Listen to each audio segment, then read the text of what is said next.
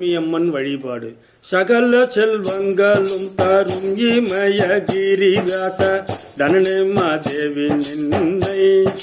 சத்தியமாய் நித்தியம் உள்ளத்தில் துதிக்கும் உத்தமருக்கு இறங்கி மிகமோ அகிலமதில் நோயின்மை கல்வி தனதானியம் அழகு புகழ் பெருமை இளமை அறிவு சந்தானம் வாழிது வாழ்நாள் வெற்றியாகும் நல் நுகர்ச்சி